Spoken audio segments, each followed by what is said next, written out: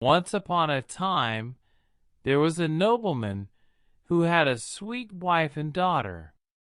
But his wife died, and his second one was horrid. She had two daughters whose bad tempers had given them ugly faces. They were mean to their stepsister Ella.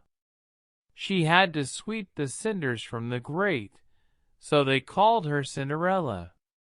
One day, the king's son sent out invitations to a grand ball at the palace.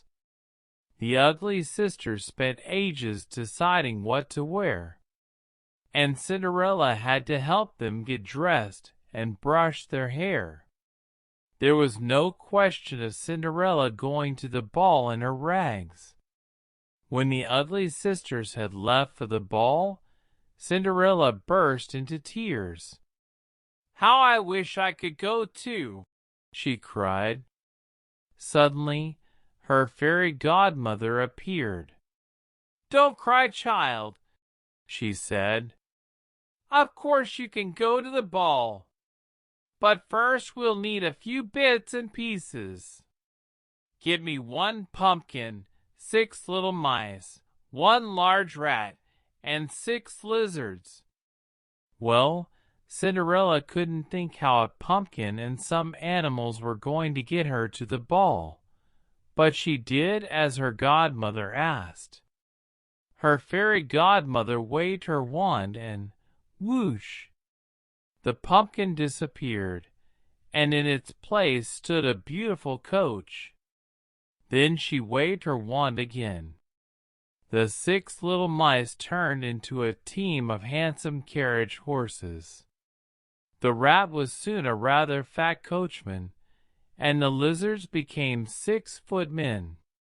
So now Cinderella had a lovely coach to take her to the ball.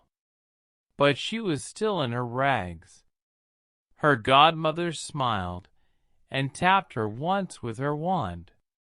Immediately, Cinderella was dressed in shimmering gold. "Now off you go," said her godmother. "But remember, at midnight everything will go back to the way it was. So you must be home before then." Cinderella promised, then stepped into her beautiful coach. The 6 white horses set off toward the king's palace. Everyone at the ball stopped dancing when the mysterious stranger arrived. Cinderella looked so beautiful in her gold dress that everyone thought she was a princess from a foreign country. Even her 2 stepsisters were fooled. The prince was just as curious as everyone else. From the moment Cinderella came into the ballroom, he danced with no one else. By the end of the evening, he was madly in love with his beautiful princess, and he didn't even know her name. And Cinderella was just as much in love with the prince. But as they were dancing, Cinderella suddenly heard the chimes of the palace clock. "Oh no!" she cried. "It must be midnight." Cinderella ran away from the prince, out of the ballroom, and down the palace steps, losing one of her glass slippers along the way.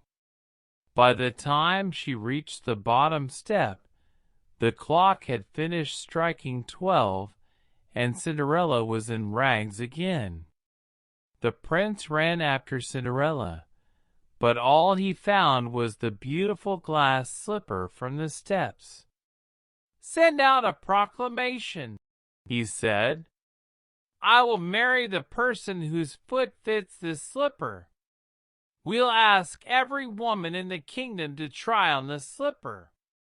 So the prince went to every house in the kingdom, and soon he came to the house where Cinderella lived with her stepsisters. Of course, the ugly sisters were very eager to try their luck. But no matter how hard they pushed their big feet into the glass slipper, it didn't fit. So Cinderella came forward to try on the slipper. To the amazement of her stepsisters, it fitted perfectly. The prince looked up at Cinderella's face and recognized the beautiful princess he had danced with at the ball. So he married Cinderella, and, unlike the stepsisters, they lived happily ever after.